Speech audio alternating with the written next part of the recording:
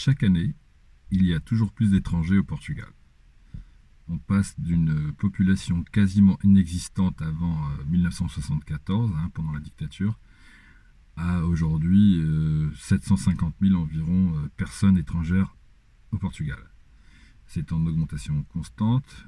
Pour se faire une idée, juste entre 2022 et 2021, il y a eu une augmentation de 8% d'étrangers. C'est colossal, c'est peut-être parce que le pays est devenu beaucoup plus attractif qu'autrefois, c'est vrai, et aussi parce que nous avons toujours plus de Brésiliens. Les Brésiliens à eux seuls constituent un tiers de la population étrangère. Lorsqu'en 2018 les Brésiliens n'étaient que un étranger sur 5 au Portugal, ils sont maintenant donc un étranger sur 3. Ils sont environ 230 000 au Portugal. Et il faut comparer ça par exemple avec la deuxième population étrangère, les Britanniques, qui eux sont à peine 35 000. Vous voyez, c'est vraiment une différence colossale. Alors les Brésiliens viennent au Portugal parce que c'est plus facile pour eux. C'est la même langue, malgré des différences d'accent parfois assez importantes. C'est pratiquement la même religion, donc c'est plus facile pour s'intégrer. Pourquoi je dis pratiquement? Parce que beaucoup de Brésiliens viennent et sont évangélistes. Donc c'est un petit peu différent. Ils sont un peu plus, on va dire, spectaculaires dans leur représentation de la foi. Bon. Mais de toute façon, il y a toujours un fond commun. Ce sont toujours des catholiques chrétiens qui parlent en portugais.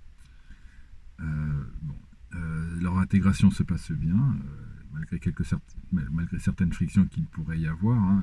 Certaines personnes ont peur que la langue portugaise ne devienne plus la langue de Camões, mais la langue d'un auteur brésilien, je sais pas moi, de Paulo Coelho par exemple. C'est-à-dire qu'aujourd'hui, de plus en plus, vous avez des enfants dans la cour de récré qui parlent avec du jargon brésilien, avec des mots brésiliens, ou même avec un accent brésilien. Bon, moi je trouve pas ça que ce soit trop grave, c'est quand même du portugais, puis il faut vivre avec son temps quelque part.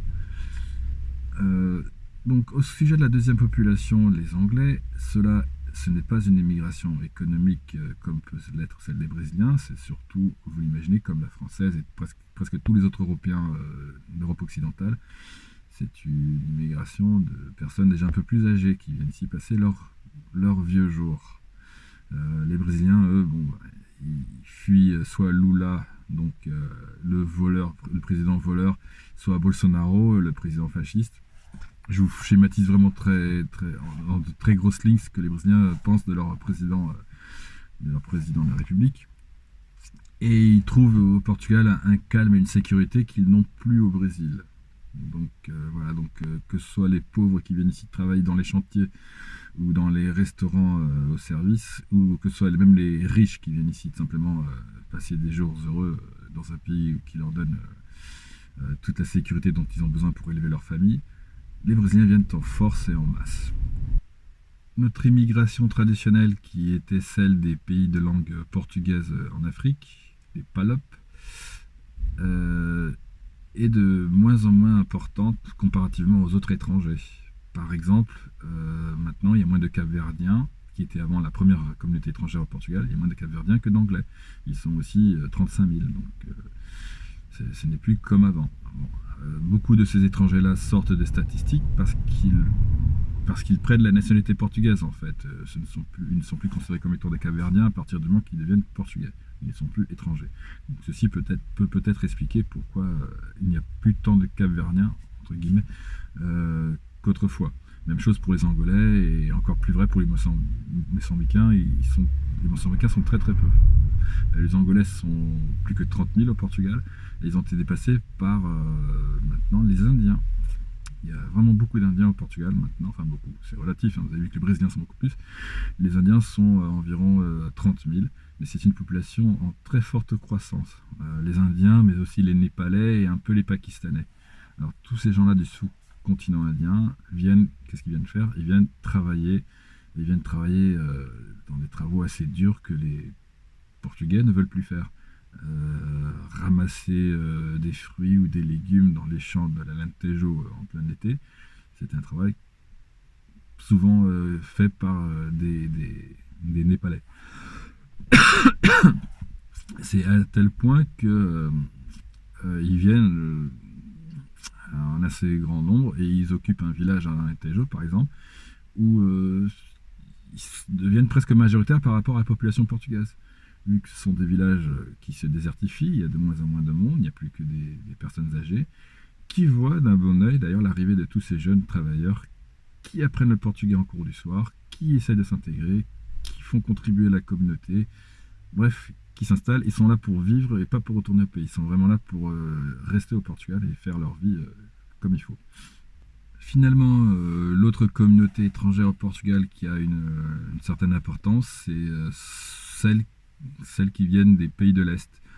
En tête l'Ukraine. Mais ce n'est pas depuis la guerre actuelle en Ukraine, c'est depuis le boom économique du Portugal dans la fin des années 90, vous savez, avec l'Expo 98, avec le mondial. Il fallait construire beaucoup et rapidement. Et on est parti chercher des Ukrainiens en Ukraine pour nous aider à construire tout ça. Les Ukrainiens ne se sont plus et il y en a beaucoup qui sont restés. Donc maintenant, il y a même déjà des enfants d'Ukrainiens qui sont nés au Portugal et qui sont portugais. C'est une communauté bien intégrée qui apprend très facilement le portugais d'ailleurs. Ils sont souvent cultivés et éduqués. Et pour beaucoup, ils ont réussi à faire leur équivalence de diplôme. C'est comme ça qu'on peut avoir des médecins ukrainiens en train d'exercer dans un hôpital public au Portugal. Voilà, donc ils ont été très très bien reçus et aujourd'hui le Portugal a une forte liaison avec l'Ukraine pour cette raison-là. Qui dit Ukraine dit aussi Roumanie, Moldavie, Bulgarie, mais cela dans une moindre proportion. La population ukrainienne était assez stable en fait avant la guerre chez eux. Elle était même un peu en baisse au fur et à mesure que les Ukrainiens prenaient la nationalité portugaise. Mais malheureusement, elle est repartie de plus belle depuis l'année dernière, depuis le début de la guerre.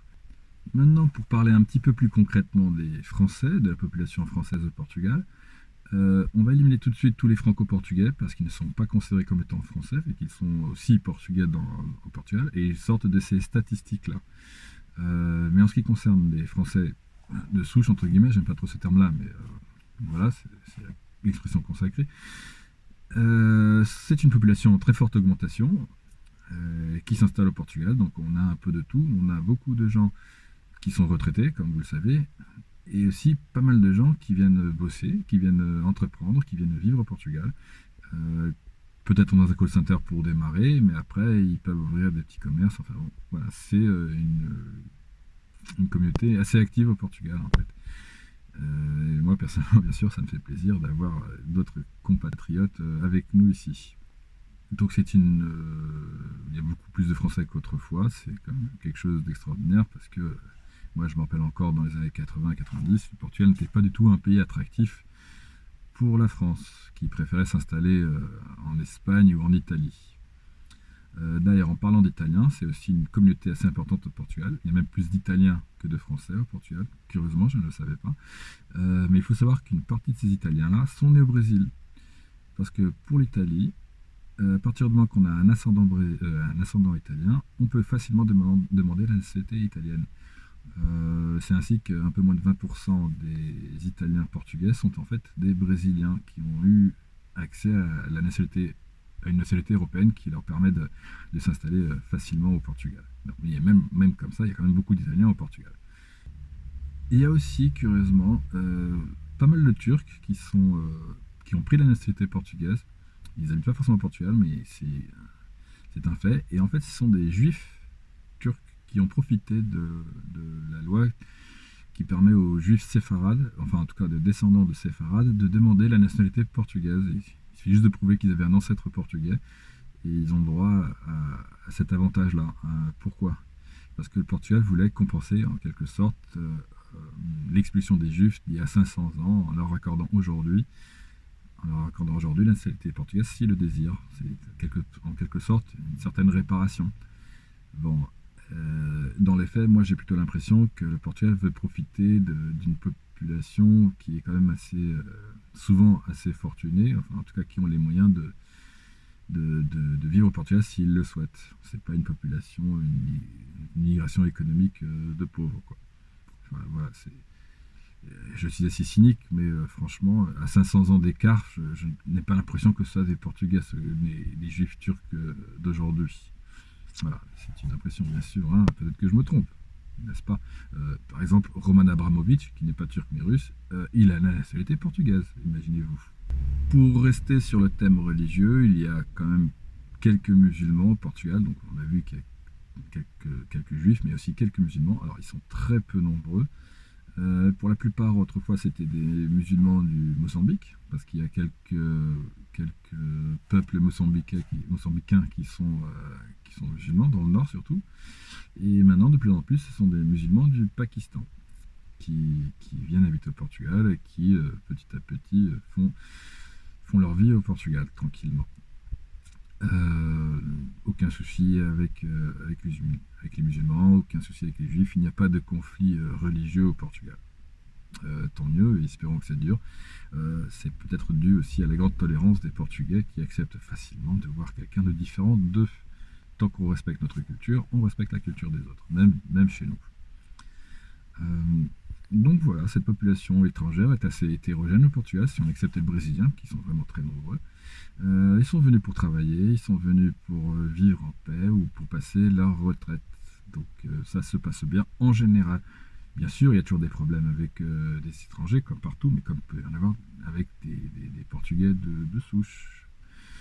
Donc si vous allez dans un restaurant et que le serveur vous parle avec un accent brésilien, ne vous étonnez pas, c'est normal. Beaucoup de Portugais ne veulent pas faire ce genre de travail, ne veulent plus faire ce genre de travail, ou ils trouvent un meilleur travail, et ils vont aussi à l'étranger dans des pays qui payent mieux. Donc les places qui restent, voilà, c'est pour les étrangers.